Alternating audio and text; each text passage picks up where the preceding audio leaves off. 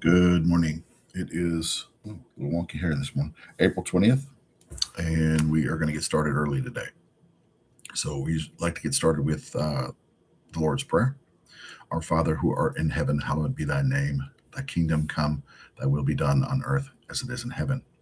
Give us this day our daily bread, and forgive us our trespasses as we forgive those who trespass against us. And lead us not into temptation, but deliver us from evil. For thine is the kingdom, the power, the glory forever and ever. Amen. Today we are going to be reading from Joshua. Let me get the list. Uh, Joshua 21 1 through 22:20, Luke 21 through 26, Psalms 89 1 through 18, and Proverbs 13, 15, and 16. Let's get started. Joshua 21 1 through 22:20. The ancestral heads of the Levites came to Eleazar, the priest of Joshua, son of Nun, and to the heads of the other tribes of the people of Israel. They took place at Sheol in the land of Canaan. They said, God commanded through Moses that you give us the cities to live in with access to pastures for our cattle. So the people of Israel, out of their own inheritance, gave the Levites, just as God commanded, the following cities and pastures. Oh, is it a lot? It's a lot again. The lot came out of the families of the Kohathites this way. Levites descended from Aaron, the priest, received by the lot 13 cities of the tribes of Judah, Simeon, and Benjamin. The rest of the Kohathites received by lot 10 cities from the families of the tribes of Ephraim, Dan, and the half tribe of Manasseh. The Gershonites received a lot 13 cities from the families of the tribe of Issachar, Asher, Naphtali, and the half tribe of Manasseh and Bashan. The families of the Merarites received 12 towns from the tribes of Reuben, Gad, and Zebulun. So the people of Israel gave these cities with their pastures to the Levites, just as God had ordered through Moses, that is, by lot. Then assigned from the tribe of Judah, Simeon and Benjamin, the following towns, here named individually. Those were the descendants of Aaron, who were from the families of the Kohathite branch of Levi, because the first lot fell to them.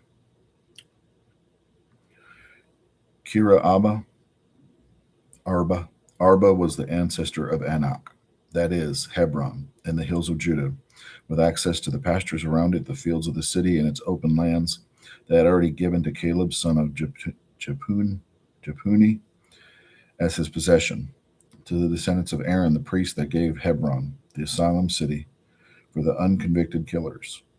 Libin, Jatar, Estoma, Helon, Deber, Ain, Kutha, and Beth Shemesh. Let's see if I can get my light a little closer.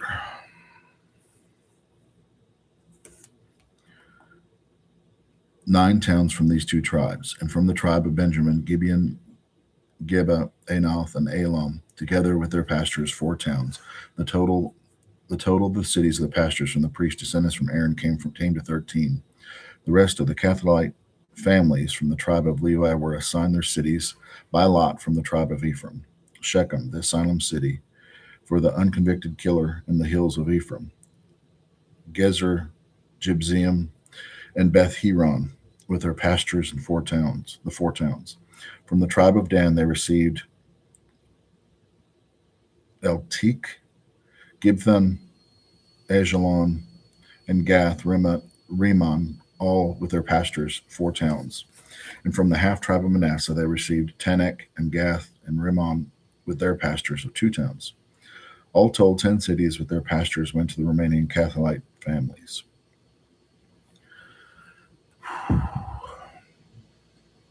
The Gershonite families to the tribes of Levi were given the half tribe of Manasseh, Golan and Bashan, and asylum cities for the unconvicted killer, and Beshthra with their pastures, 2 cities, and from the tribe of Issachar, Kishon, Derbath, Jarmuth, and En-Genim with their pastures and 4 towns. From the tribe of Asher, Mishal, Abdon, Helkath, Rehob, with their pastures in 4 towns. From the tribe of Naphtali, Kadesh in Galilee, an asylum city for the unconvicted killer. Hamath Dor Kartan, with their pastures, 3 towns from the Gershonites and their families. 13 towns from their pastures. The Merari families, the remaining Levites, were given from the tribe of Zebulun. Jochanim, Kartha, Demon, and Nahal, with their pastures in 4 cities. From the tribe of Reuben, Bezir, Jahaz, Kedemoth, Miphath, with their pastures, 4 towns. From the tribe of Gad, Rimmon and Gilad, an asylum city for the unconvicted killer, cities for the unconvicted killer, Mahanan, Hebosh, and Jazar, with their pastures, a total of 4 towns. All these towns were assigned by lot to the Merarites and the remaining Levites, 12 towns. The Levites held 48 towns with their accompanying pastures with the territory from the people of Israel. Each of these towns had pastures surrounding it. This was the case for all these towns. And so God gave Israel the entire land that he had solemnly vowed to give to their ancestors. They took possession of it and made themselves a home in it. And God gave them rest on all sides. And he had also solemnly vowed to their ancestors not a single one of these enemies was able to stand up to them. God handed over all the enemies to them. Not one word failed from all the good words. God spoke to the house of Israel. Everything came out right. Then Joshua called together the Reubenites, Gadites, and half the tribe of Manasseh, and said, "You have carried out everything Moses, the servant of God, commanded you, and you have obediently done everything I have commanded you. All this time, and right down to this very day, you have not abandoned your brothers. You shouldered the task laid on you by God, your God, and now God, your God, has given rest to your brothers, just as he promised them. From now, you're now free to go back to your homes, the country of your inheritance, that Moses, the servant of God, gave you on the other side of the Jordan. Only this, be vigilant in keeping the commandment and the revelation that Moses, the servant of God, laid on you. Love God, your God. Walk in his way, do as he commanded, embrace him, serve him with everything you are and have." Then Joshua blessed them and sent them on their way. They went home to the other half of Manasseh. Moses had assigned a share in Bashan. To the other half, Joshua assigned land with their brothers west of the Jordan. Then Joshua sent them off to their homes. He blessed them. He said, "Go home. You're going home rich. Great herds of cattle, silver and gold, and bronze and iron, huge piles of clothing. Share the wealth with your friends and families, all this plunder from your enemies." The Reubenites, Gadites, and half the tribe of Manasseh left the people of Israel in Sheol, in the land of Canaan, to return to Gilead, the land of their possessions, which they had taken under the command of Moses as ordered by God. They arrived in Giloth on the Jordan, touching the Canaanite land. There, the Reubenites, the Gadites, and half the tribe of Manasseh built an altar on the banks of the Jordan, a huge altar. The people of Israel heard of it. "What's this?" The Reubenites, Gadites, and half tribe of Manasseh had built an altar facing the land of Canaan in Gileoth on the Jordan across from the people of Israel. When the people of Israel heard this, the entire congregation mustered at Sheol to go to war against them. They sent Phinehas, son of Eleazar, the priest, to the Reubenites, Gadites, and the half tribe of Manasseh, that is, to the land of Gilead. Accompanying him were 10 chiefs, one chief for each of the 10 tribes, each the head of his ancestral family. They represented the military division of Israel. They went to the Reubenites, Gadites, and half tribe of Manasseh and spoke to them. The entire congregation of God wants to know, what is this violation against God of Israel that you have committed? Turning your back on God and building your own altar, a blatant act of rebellion against God. Wasn't that crime of pure enough for us? Why to this day we aren't rid of it, still living with the fallout of the plague and the congregation of God? Look at you, turning your back on God. If you rebel against God today, tomorrow he'll vent his anger on all of us, the entire congregation of Israel. If you think the land of your possession isn't holy enough but somehow contaminated, go back over to God's possession, where God's dwelling is set up, and take your land there. But don't rebel against God, and don't rebel against us by building your own altar apart from the altar of your God. When Ashan, son of Zer, violated the holy curse, didn't anger fall on the whole congregation of Israel. He wasn't the only one to die for his sin. Well, crap, now I want to read tomorrow to hear what happened. I don't remember this story in the Bible. So you'll have to tune in tomorrow, just like me, to figure out what happened. The breakdown of Joshua 21:1 to 22:20. God keeps his promise completely. The Levites receive their cities, proving that not one word God spoke failed. Then the eastern tribes head home, but almost spark civil war over an altar misunderstanding. Find out more tomorrow. The lesson: obedience plus communication matters. Don't assume rebellion when it might be misunderstanding, but also don't tolerate actual compromise. Yeah, it makes me want to read ahead. So we're going to do this. We'll do it early tomorrow. Okay, Luke 20:1 through 26. One day he, Jesus, was teaching the people in the temple, proclaiming the message.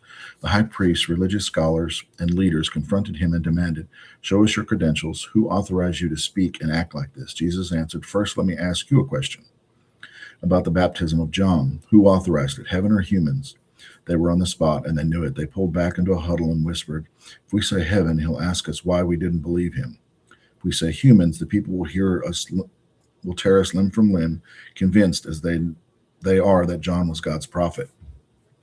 They agreed to concede that round to Jesus, as they said they didn't know. Jesus then, "Neither will I answer your question." Jesus told another story to the people. A man planted a vineyard. He handed it over to farmhands and went off on a trip. He was gone a long time. In time, he sent a servant back to the farmhands to collect the profits, but they beat him up and sent him off empty handed. He decided to try again and sent another servant. That one they beat up black and blue and sent him off empty handed. He tried a third time. They worked the servant over from head to toe and dumped him in the street. Then the owner of the vineyard said, "I know what I'll do. I'll send my beloved son. They're bound to respect my son." But when the farmhands saw him coming, they quickly put their heads together. "This is our chance. This is their heir. Let's kill him and have it all to ourselves." They killed him and threw him over the fence. What do you think the owner of the vineyard will do? Right. He'll come and get rid of everyone. Then he'll assign the care of the vineyard to others. Those who were listening said, "Oh no, he'd never do that." But Jesus didn't back down. "Why then do you think that this is written? The stone the masons threw out, it's now the cornerstone. Anyone falling over that stone will break every bone in their body. If the stone falls on anyone, he'll be smashed to smithereens." The religion scholars and high priests wanted to lynch him on the spot, but they were intimidated by public opinion. They knew the story was about them. Watching for a chance to get him, they sent spies who posed as honest inquiries, hoping to trick him into saying something that would get him in trouble with the law. So they asked him, "Teacher, we knew we we know that you're honest and straightforward when you teach, that you don't pander to anyone, but teach the way of God accurately. Tell us, is it lawful to pay taxes to Caesar or not?" He knew that they were laying for him and said, "Show me a coin. Now this engraving. Who does it look like and what does it say?" "Caesar," they said. Jesus said, "Then give Caesar what is his and give God what is his." Try as they might, they couldn't trap him into saying anything incriminating. His answer caught them off guard and he left them speechless. The breakdown of Luke 21 through 26. Religious leaders try to trap Jesus. Authority questions, political traps, taxes, all of it. Jesus flipped every attempt back on them with wisdom. The key line: give to Caesar what is Caesar's and God what is God's.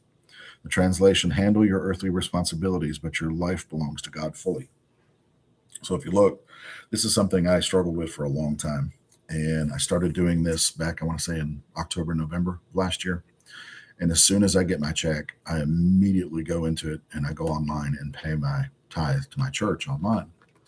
And I know it's going to take time. I don't expect God to bless me overnight for being diligent in doing this, because for 50 something years, it's not something I put on the top of my list. But I know as a matter of fact that my life has absolutely changed since I started doing this. And it says, pay Caesar what's his. Well, the government's getting what's theirs out of my check, period. And they take it out before I even get my check. So they're getting Caesar, or the government is getting what they feel like they're supposed to get in the state I live in. But my free will is to make sure that God gets his as soon as I get my check. Just my personal opinion. Psalms 89, 1 through 18. Your love, God, is my song, and I'll sing it. I'm forever telling everyone how faithful you are. I'll never quit telling the story of your love, how you built the cosmos and guaranteed everything in it. Your love has always been our lives' foundation. Your fidelity has been the roof over our world.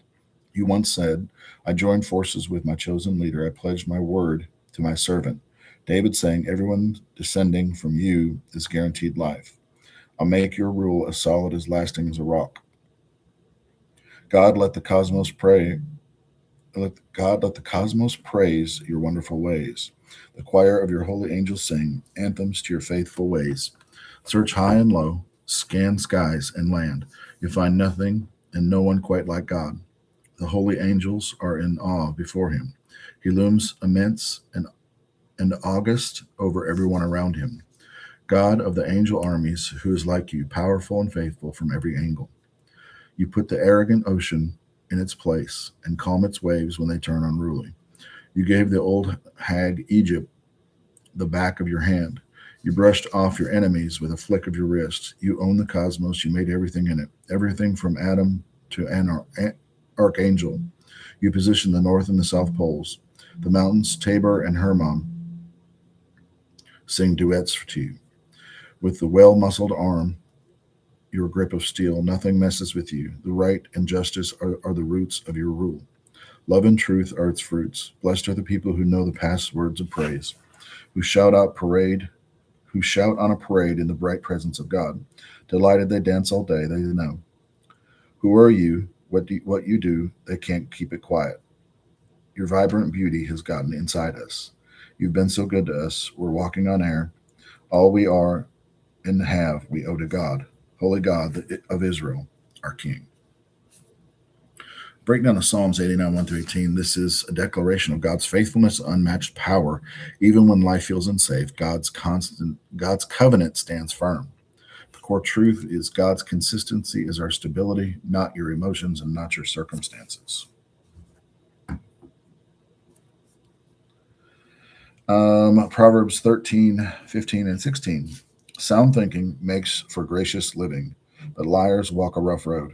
A common sense person lives good sense. Fools litter the country with silliness. Breakdown of Proverbs 13, 15, and 16 says, wisdom brings favor, foolishness brings pain. And it says, wise people think before they move, fools react and expose themselves. Well, it's still early, so if no one told you today, I love you. I appreciate you. Thank you for jumping on this morning, checking it out. We will be back tomorrow, April 21st. And I will be on Facebook tonight or this afternoon and doing my Facebook Live. And I love you. I love you. I love you. Guys, have a better than good day, and we will see you tomorrow. Thanks.